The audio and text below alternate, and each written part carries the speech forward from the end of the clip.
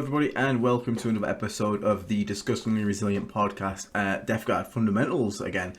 In this episode, we're going to be looking at the latest October MFM, so Munitorium Field Manual update, and some FAQs and changes to our rules that go along with it, as well as having a quick overview of the points. This is just going to be a quick sort of like roundup. We did like an hour 45-minute long stream. You can check that out in the lives tab if you want like a further in-depth like thing, but this is obviously with a few days to cook it around mentally and condense the information for anyone that just wanted a quick like sort of recap. So if you do like the content, feel free to remember to leave a like and a subscribe. It really does help the channel grow, means a lot, lets us know you like the content, and if you really enjoy the content, consider becoming a Plague Marine, which is a member in the join button just below. You get access to our Discord, you get access to our giveaways. We've got like a merch shop now up at the moment, which is being tested. We've had some dice, some special dice which we've been selling. So yeah, check all that out, but it will be coming to everyone soon, not just members, the merch. So if you're interested in that, keep an eye out. But anyway, let's get into it. So, summarised. So, to summarise the October MFM, we had some points drops to some units, which is obviously quite cool to see. Nothing went up, which is nice. We had some changes to the ways our infected objective markers work and play, which is really cool. And we'll get into these again further going on. A slight change to Typhus Eater Plague. And overall, we got some nice quality of life buffs for our stratagems, and real quickly, I'm just going to say right now, Death Guard's looking stronger. Not just in terms of how we perform and how changes we got, but in terms of how the top meta got affected as well. Sisters getting a slam, Thousand Suns getting a slam. They were kind of, Necrons kind of got side graded, so then less so in that one, but those two big hits there are definitely going to help us out in the meta. But overall, if this is all you wanted, if you wanted like a 2 minute, hey, tell me what happened, points drop, infected objectives got changed, Typhus Eater Play got changed, quality of life buffs for our strats, and Death Guard's looking pretty good. The end. But for those who want to stick around and find out what all these mean, let's...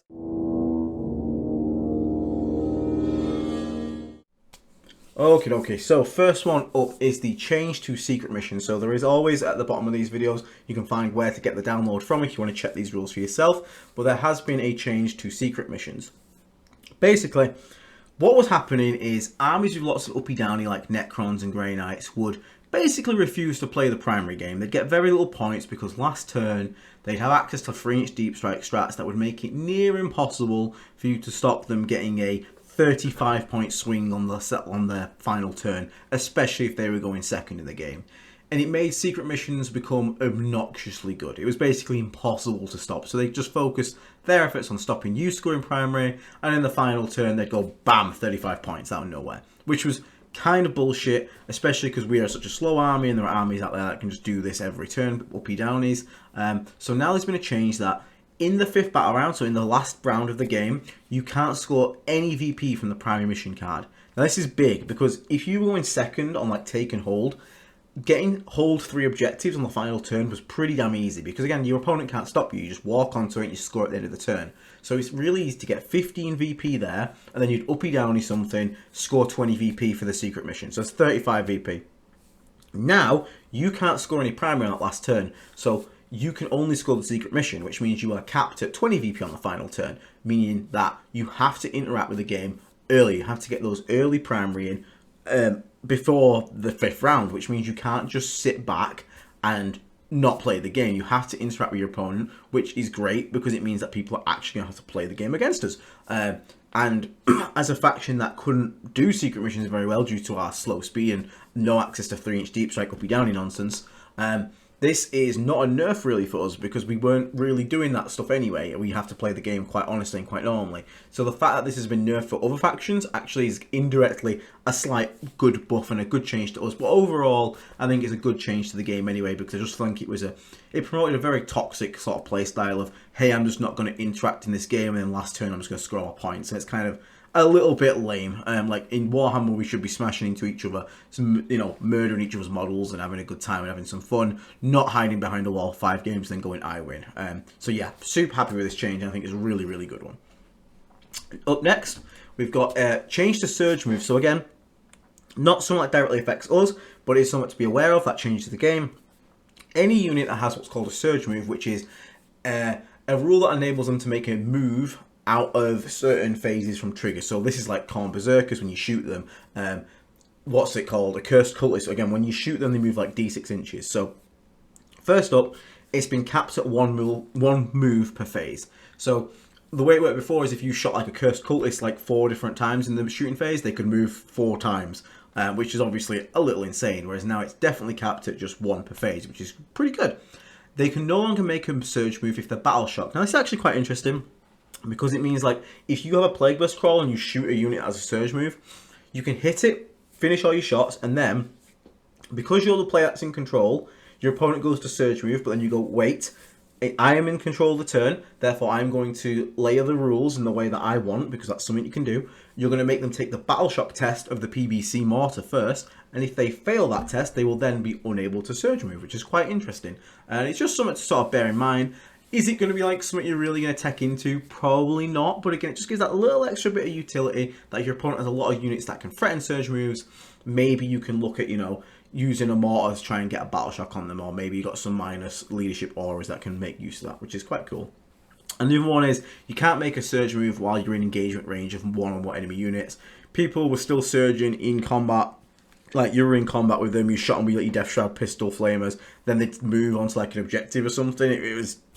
It was just weird. It just shouldn't work. So that's been removed as well. So overall, it's just kind of cleaned up because we had units that had rules for surges, but some were different to others, and it just gets confusing because you're shooting it'll go that one in one game, which you can only do it once, and then you shoot this next unit the next game, and then that one's moving 4 times. And you're like, whoa, I didn't see that coming because I thought you were capped at 1. It's like, no, only that unit can only do it once. My unit can do it any times, whereas now it's like, no, let's just make it baseline, guys. So a good little change. It again doesn't really affect us. We don't have any surge moves, so kind of happy with that. So yeah, pretty cool. And the last one. So I'm pointing this out because they've marked it in red and it's causing so much confusion because it even got me at first. They have marked in red that, for God's sake, it's so hard, it's so badly written. For the model's base is used to determine if it is not within, or wholly within a ruin. And for the purposes of visibility into or through a ruin, visibility to and from such a model that overhangs its base is determined only by its base and parts of the model that do not overhang its base. So some people are reading this and thinking, oh, that means monsters, because again, it excludes vehicles here. Monsters only measure the base now. So if Morty's wings around a corner, you can't shoot them. That's not true. It's exactly the same as we had it before. What it means is, if you have like Mortarion, and you have a ruin in front of Mortarion, if Mortarion is angled in a way that his base is not in the ruin or over the ruin, but his wing is over the ruin, then he doesn't count as being in the ruin, which means that wingtip cannot be shot because he's behind the ruin. However, if Morty's wing is hanging out the sides around the ruin, and they can draw a line of sight to Mortarion's wing, which that line of sight they're drawing doesn't go through the ruin at all, they can still shoot you. It's honestly a little convoluted for no reason. It's worded very badly, but basically the TLDR is that Mortarion can still be shot via his wings. However, if you are behind a building and your wings are overhanging into the building, that doesn't count as you touching the ruin, so you can't get those wings shot. But if your wings are out the sides of the ruin, or if you're behind it, so again, imagine there's a rectangle here, Mortarion is here, and his wings are sticking out sideways. If they can draw lines of sight down the sides of the ruin, but not go through the ruin to his wings, then they're still eligible to shoot them. So just be aware of this, because again, it's so badly worded, it's so convoluted. And the best bit is they even say below this, it's like, see diagram below. And then the diagram has a diagram of a tank, which performs completely differently to how a monster. So it's like, check the diagram below. And it's like, that's useless. So, GW, if you are listening, please can we have a diagram of a monster behind a ruin? That would be very helpful for people to clarify this rule. But basically, TLDR, guys, is nothing has changed from how we were playing it originally. It's just red for some reason. I don't really know why. So you are still eligible to be shot through your wings, unfortunately, or your scythe that sticks out. It's just, again, you're not eligible to be shot if you're overhanging a ruin because of one of those parts of the model. Okay?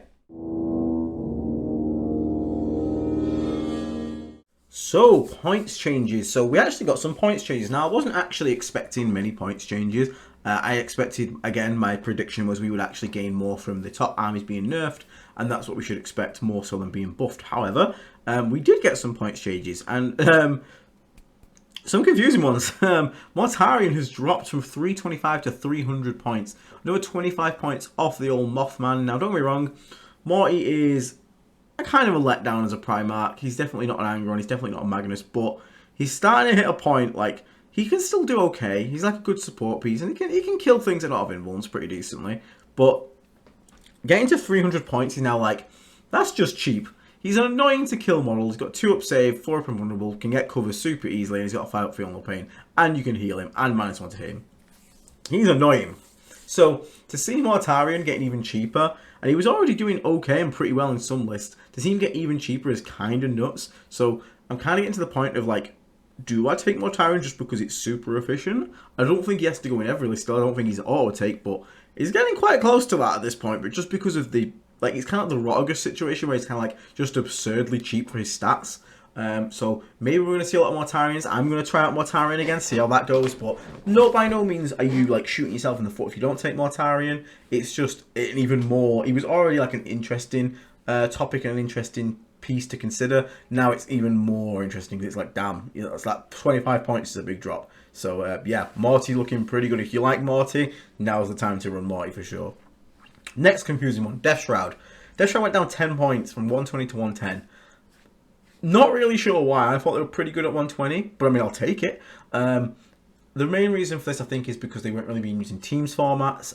Again, they're considered too slow, and a lot of top players will say they're too slow, which is a fair, you know, analysis and a fair criticism, but they are really good when they get stuck in. And having them even cheaper now, like 110 plus like an 80-point character, 190 for like a 3-man with a character, is a really scary bully unit. And then the 6-man getting even cheaper by 20 points, that's also just really good and really useful because it means a nice 300-point package now for a character plus them. Can get even cheaper with a Sorcerer Lord, for example. And it's just a really nice, solid little anvil unit. It's quite durable. It hits quite hard. It's just a really nice point price. And it's the same point as Bulgari now, which I find hilarious. So, yeah, I mean, wins all around. People are like, is it the time for 18 Death Shroud? Probably could do that, but I wouldn't put it being a great list. Probably a teams list. But in singles, like, you're still gonna have bad matchups with that. But I picked up 3 more. Like, I'm literally like in the progress of like painting them up. I literally got like I'm sprayed and just got some gold on like one guy here because I only own 6, so I'm now up to 9 because I want to run a 6-man and a 3-man. So it's definitely something to be said there for like them being even more attractive now. I already liked them, and now they're even better. So yeah, cool points drop there. Biologist Putrefire going back down to 50 from 60. Yep. I think this is actually pretty fair, and the Biologist is great, fantastic unit, but him and the Foul Blight Spawn copying the 10 points each was a bit grim.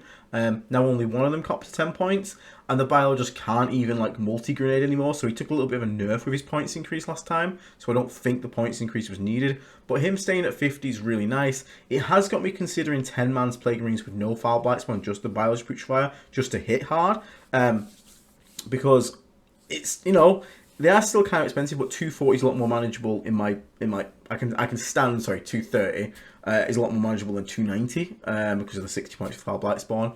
And at that point, like, it still hits real hard, and with changes to infected objectives we're going to check out soon, it's also even more tempting to take him. So I'm happy with this change. I think it's pretty good, but it could also potentially open up new builds like Biologist Putrefire Tallyman, stuff like that, to just keep really reliable hard hitting. We'll have to see. Foul Blight Spawn is obviously still a great unit, but 60 points is probably fair because Fights First is a crazy good rule.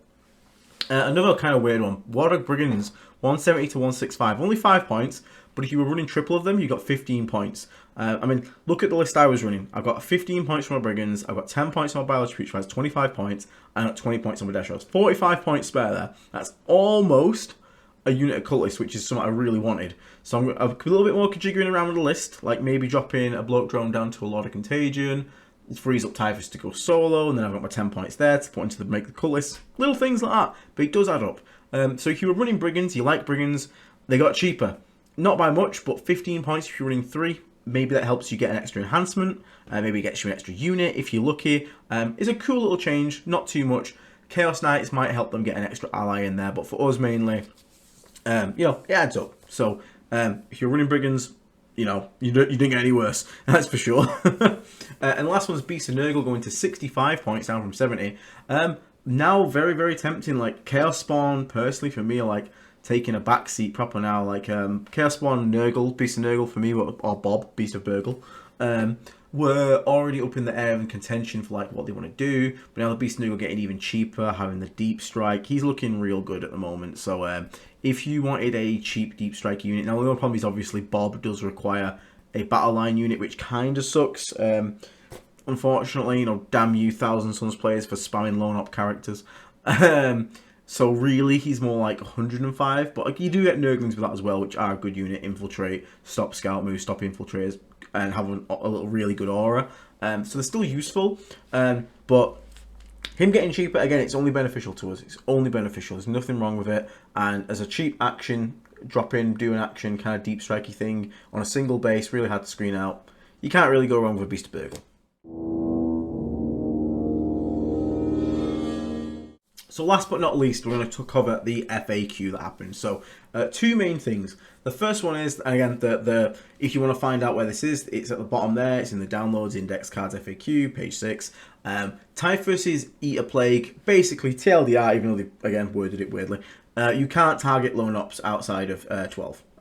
So before Doomball, the Grey Knight Librarian, got hit with a nerf that said, hey, you can't mortal lone ops now, but they kind of forgot Typhus existed, so we got away with it. Kind of saw it coming, to be honest. You know, he didn't go up in points, which is somehow a miracle. So this little nerf, it's fine. People are like, oh, they ruined Typhus, but like honestly, sniping lone ops was like a cherry on the cake. Like most of the time, my mortals are going into the hardest to kill thing, Land Raider, any big tank.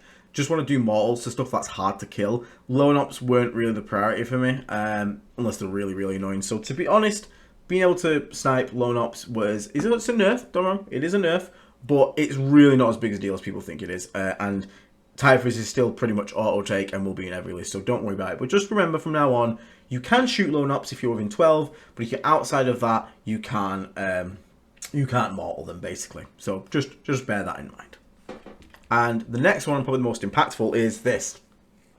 Does an objective marker that has been infected by my army via the spread the sickness attachment rule remain infected if my opponent controls at the start of an enemy turn? Yes. That's new. That's very different. Now, first thing to clarify. Infected objective marker and sticky objectives are separate. They are not the same thing. So they do not remain sticky. Sticky is just like it used to be. It is removed the second you lose control of the objective. So let's clarify that right now. Sticky does not equal infected. Infected does not equal sticky. However, the infected status now remains, even if your opponent controls it. So what this means is, for example, and again, we have a better example in the live, so go check that out, or we have clarified one of them. Contagion on the objective marker, you only get if you control it.